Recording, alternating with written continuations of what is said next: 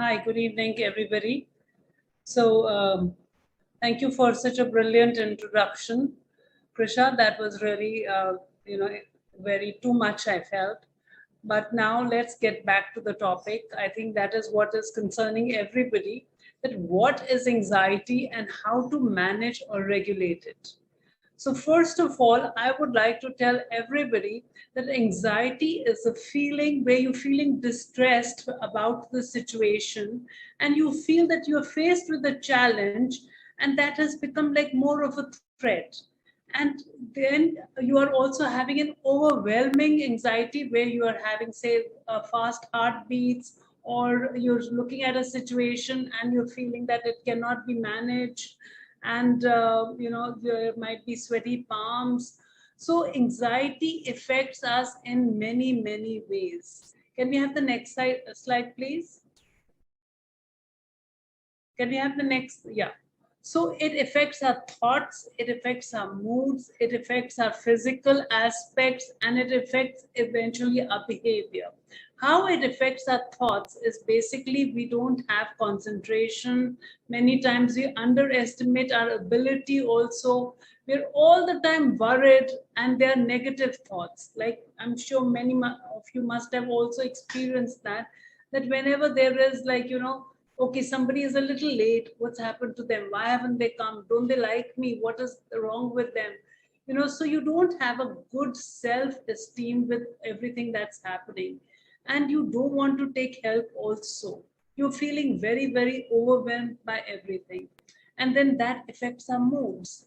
We are nervous, we are always on the edge, we are so panicky, we can't work very well.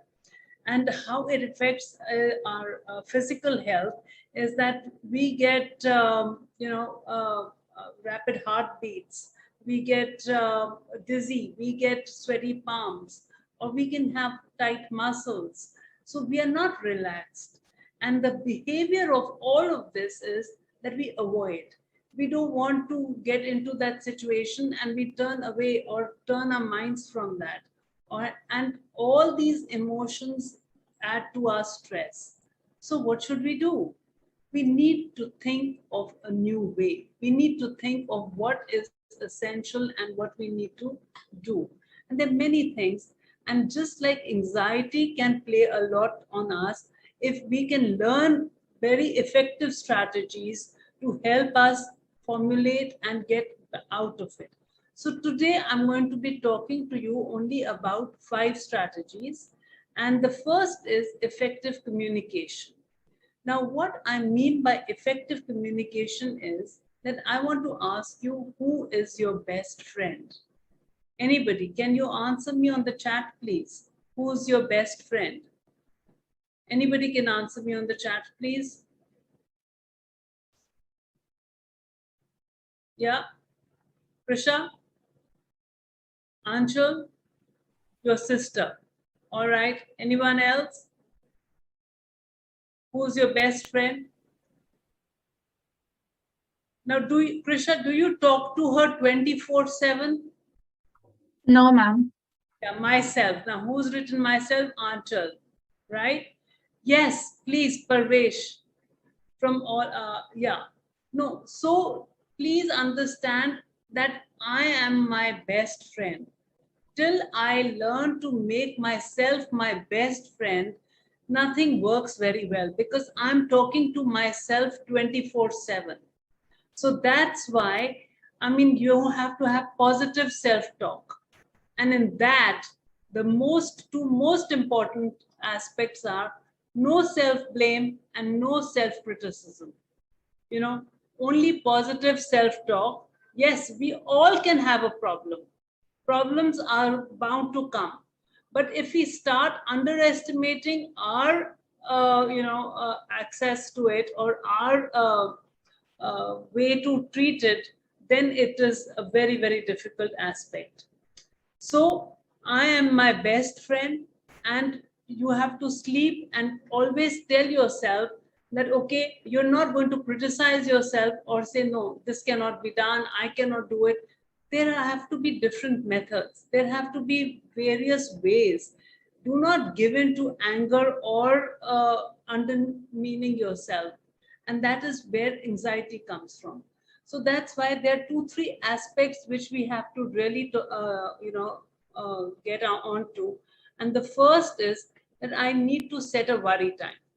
Now you might find this funny, but actually this is very very helpful. Let's set a worry time, and that can be only half an hour at any time during the day. Probably, like, when you are awake, say 10 to 10:30, and that time is my worry time. And what do I mean by my worry time? Worry time is when I'm going to jot down all my essential problems which I am facing, whether they be related to my work or my family or a relationship or some situation. But and at night, now this is a training I have to get into. So at night, if I have any kind of a nagging thought, then I'll say no, I'll put it in my worry time, because I'm going to actually look at it only during my worry time, so that you sleep better at night. Your sleep at night should not be disturbed. So many times I talk to many my clients, and they say that the first thing that's affected is their sleep, and they cannot sleep. So this is a practice which you should start from now, and that is set a worry time. And that worry time is half an hour, just half an hour of that worry time. When you're sleeping, sleep well. If there is a nagging thought of a problem, please tell yourself, I will look at it at my worry time. And I assure you, you will find solutions, you will find answers to your problems at your worry time, not at night when you're going to sleep, right? You need to have your proper rest. The second important thing is talk to friends and relatives. If you can, share, ask for support, look at how they are managing. But again, there should not be people who are critical of you or who are pulling you down. If you're friends you can talk to and they can assist you, that is great. And the another thing which I've not which is very important is affirmations, that I am good, I love myself, I can do this. Those affirmations are very very essential. And the next thing, you know if you cannot help yourself, then go for professional help.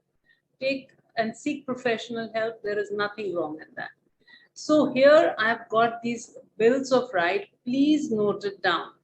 Now, the first thing is you have the right to refuse or say no, right? You have the right to change your mind. I mean, you might be doing something, but yes, you're not very happy about it. And it's absolutely fine. Don't worry or wonder what will the others say.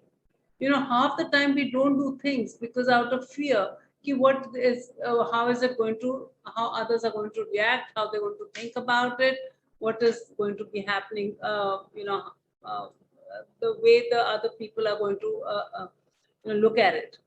And then you have the right to put yourself first before others without feeling guilty. Now, this is another very, very important aspect, because the thing which we are told is that you are selfish. No, whenever you put yourself first, unless and until you make yourself happy and comfortable, you cannot spread that or give that feeling to another person. If you are miserable and if you are at ease or at discomfort, you're not going to make the other person comfortable, whether it is family or friends or anybody else. So you have the right to put yourself first before others without feeling guilty. Please note it down. You have to, work on that. And then you have the right to ask for help. It's absolutely all right. And also, another very, very important aspect is that you have the right to make mistakes. Many times we don't do a thing thinking that, okay, what will happen? What if this is not correct? What will my fellow colleagues or my fellow people say? So it is not being very, very effective. That's why I feel ki no, I need to be very correct and I need to become very, need, but I can't change my mind, or I have to be always, I can't make a mistake. So if I make a mistake, what will others feel or say? Now, the next very important aspect is being mindful. Now, being mindful means that you, whatever the problem is, now, if you think of here and now and you deal with it, you will be much, much better because you become more aware of whatever the situation is. Do not carry your past into your now or worry about your future. Now is the time to make peace with your past and create a future that you want. Be fully alive and enjoy life, because this is very, very important that we are really becoming mindful of every aspect about what we are doing. Like when I'm talking to you, then it's only you. I'm not thinking about what's happening in my home or what is happening with my family or like how my other clients are going to be thinking. It is now, it is here and now. So this is the awareness which I need to create on an aspect, and this will make me calm and comfortable. Can we have the next slide, please? Yeah. So here, the third most important aspect is opportunities and solutions. Now, in everything, please look at opportunities, and then you see solutions everywhere. Because this is, if you're going to look only into problems, then only problems are going to be coming. But we have to train our brain so that we are looking at whatever, even like they say, silver lining in a cloud. So what does that mean? That means that you see the brightest thing in also the darkest possible aspect. The whole situation might be very bad, but when we are looking at any aspect, so we'll see as to what are the solutions, what can I do. And if my brain is trained into that, then I will only see solutions. Now here I want to introduce and ask all of you, have you played the game Tetris? Who has played the game Tetris? You know what the game Tetris is about? Yes, ma'am. Yeah? Have you played that game? Yes, ma'am. Yeah, so what do you do in that game? You ensure that the blocks are in line so that the line clear ups. Yeah. So the moment all the blocks fall in line, the line clears up. Now, what does that mean? It's a very good metaphor that the moment the line clears up, more blocks come. But that's what it is. Basically, if we are looking into solutions, if our focus is only on solutions, then we are looking at, and we can get out of any problems, and we will find solutions properly. So it is most important that we see opportunities and solutions. Now, the fourth strategy is, yes, forgiveness, kindness, and gratitude. Now, here I say forgiveness is for what? Forgiveness makes you much, much larger, because we are holding on to a lot of aspects that somebody did something to me, I might not be happy about it. You might have been abused somewhere, or somebody might have said something about you which you're not very comfortable about. But forgiveness is an aspect which makes you larger. And I know you might be thinking, why should I forgive the person who has abused you or who has insulted you? But the whole aspect is, even if the other person has insulted you, do you think that the other person is bothered? You are holding on to a grim aspect for a long time and making yourself small and uncomfortable, but the other person doesn't even know. So it is very important, and forgiveness makes you larger and makes you bigger. The other very important aspect is gratitude. Now, what is gratitude? Gratitude is something which, yes, we all know, but we don't do it so much. It is like a simple thank you, seeing whatever you, counting your blessings, seeing whatever you are thankful for. Gratitude is so, so very important that I cannot tell you, that if you fall into gratitude, you will be absolutely into a situation where you will start enjoying and loving the world. Whatever stress comes, now, this I assure you that tomorrow every stress is also a challenge. You will, if you get into gratitude, you will feel that any kind of an anxiety makes you grow. Any kind of stress makes you, and you see it as a challenge, and then you can overcome it because you have gratitude, because you can say thank you for it, and because you learn how to work on that. That's why the simple small factors that we start with a little bit of gratitude on a daily basis, and that gratitude for any three things in my day's event. In my today, what am I grateful for? I'm grateful for my food, I'm grateful for my bed, I'm grateful for the uh, cool air. So that is it. And the next, uh, you know uh,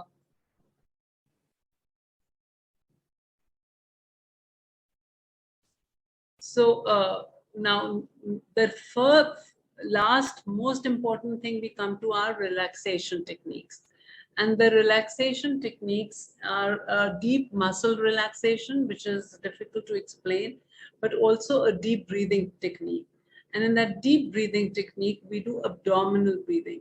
If you're very, very stressed, then please do this breathing technique, which will help you. That is, for the count of 5, take a breath in.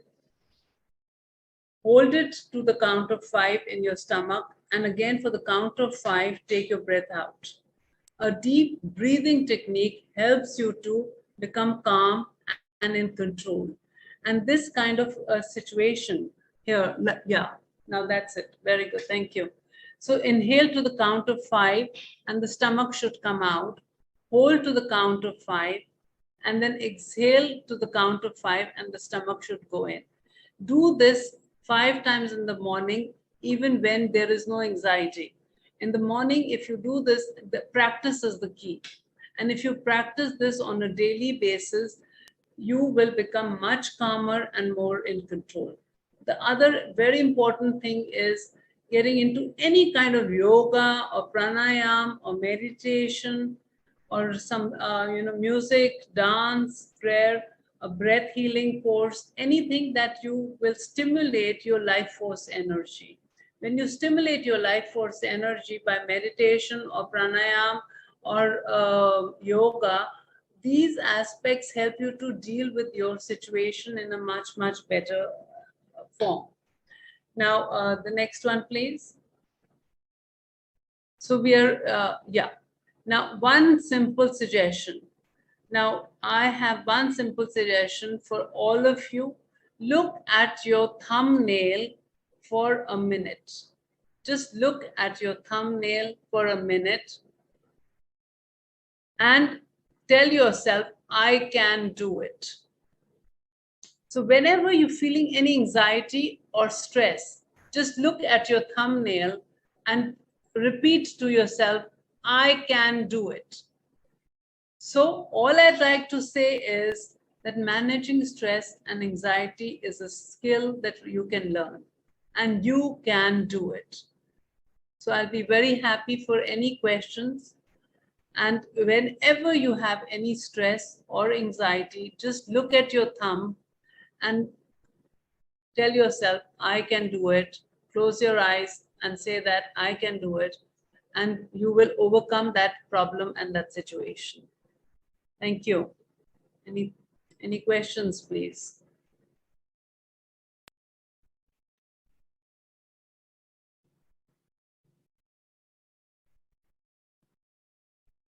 Yeah.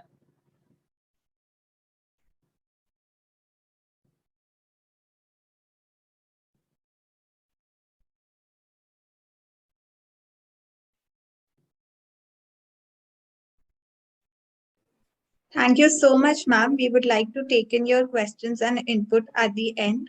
We have Mentor Mitro's website here. There are various focus areas. Do visit our website and check out. We at Mentor Mitro meet